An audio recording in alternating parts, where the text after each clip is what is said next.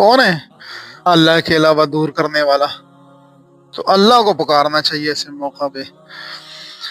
اسی طرح بخاری اور مسلم کی متفقن علیہ حدیث ہے، سیدنا عبداللہ بن عباس رضی اللہ تعالیٰ عنہ فرماتے ہیں جب اللہ کے نبی صلی اللہ علیہ وسلم کو کوئی پریشانی، کوئی مصیبت، بے چینی لاحق ہوتی، بے چینی کے وقت اللہ کے نبی صلی اللہ علیہ وسلم یہ دعا پڑھا کرتے تھے: لا الہ الا اللہ العظیم الحلیم، لا الہ الا اللہ رب العرش العظیم، لا الہ الا اللہ رب السماوات ورب الارض ورب العرش الکریم۔